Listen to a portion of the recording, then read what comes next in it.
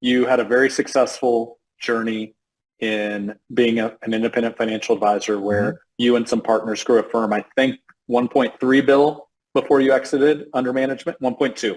Yeah. Though they're So still 1 point, going. I just sold my piece back to them so yeah. that I could focus on this. And it was during the, let's call it the later stages before you exited where you whittled it down from 5 days to 4 to 3 to 2 to 1. That's when that happened. Totally. Absolutely. Okay. Yeah. That would So have been. let's focus on, you're giving advice to financial advisors out Mhm. there, many of which are like, man, I don't feel like I can get it done in 5 days. I'm going in on Yeah. Saturdays. I'm kind of grinding it out. Totally. Everything actually we talked about on the episode I did on your show. Uh-huh. But if you said, hey, here's 3 tips I would give a financial advisor that's really struggling to get it all done in a 40-hour work week to where they could go to a 32 and then Mhm. whittle it down from there, what 1, 2, 3 things would you say? That's easy. Ready? Hopefully you're writing this down. Mm-hmm. You got to know your priorities, first of all. What are you doing? Why are you doing it? It's just like the asset map, actually. When you look at the inventory of your calendar or of your finances or the people in your life or whatever it is that we're looking at, we're doing an inspection moment. We're an honest moment of looking in the mirror, right? Even if you wrote down all the things that you're doing right now, can you answer why? And there's 2 ways to look at it, right? There's the aspect of, am I doing stuff that is my time really being invested in stuff that lifts me or serves my vision or goals of what I care about? Or is it a mathematical decision that it's just the right hourly rate? Because I value the revenue generation because we know that that funds a bunch of these other projects and I have expectations. I got bills. Okay, fine. So I can understand making a business decision based upon this is the right revenue producing activity.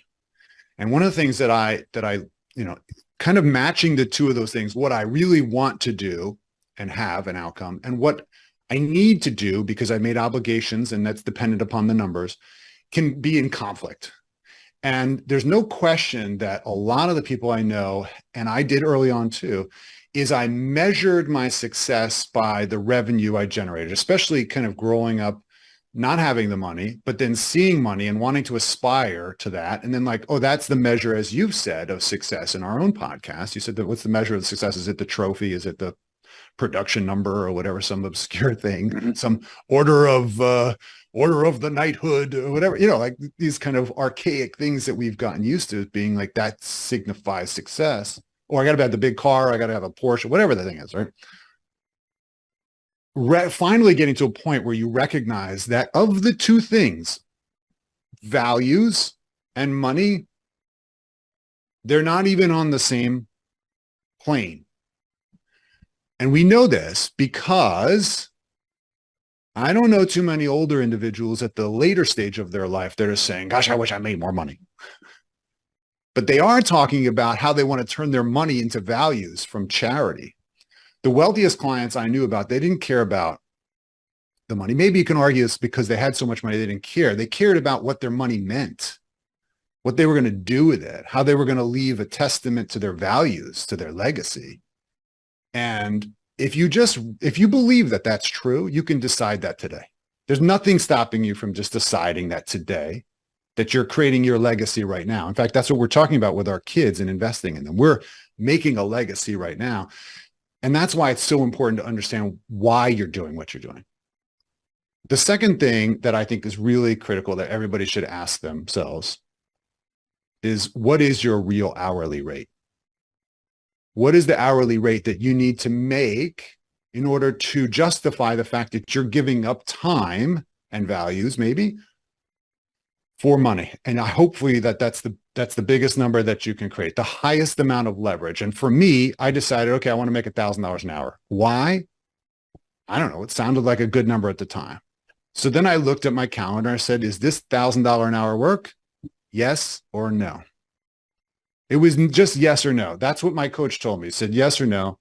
And of course, I'm like, well, what about $900 an hour? Is that okay? No, it's $1,000 or more an hour or not. Just choose a number and just draw a line and decide, right? Just like the 5:30 number.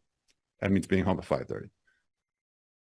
Once I decided whether the work I was doing was $1,000 an hour or not, everything that was not in my hourly rate gets delegated. And it turns out, you know what the hourly rate is for the stuff you're delegating is, right? $50 an hour? Much less. $20 Yeah. an hour?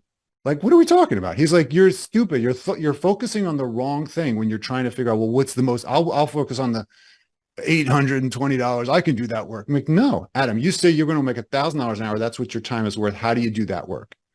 And so that's what I did. And I would do it all on Tuesday, $1,000 an hour work.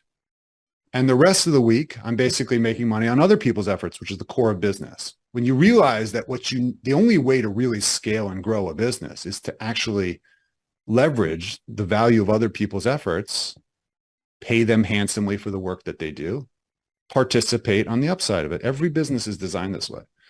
And I think that's the thing that a lot of entrepreneurs forget. They think they have to do 100% of the rainmaking and 100% of the execution because it represents them. It's me. They're buying me.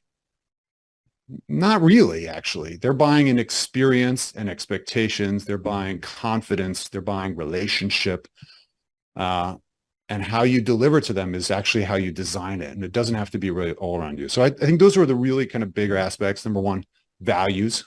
Decide what you really want, whether you really need to make $1 million or whether you're okay with less and your time back, because that's really what's more valuable. And then decide really what is your hourly rate.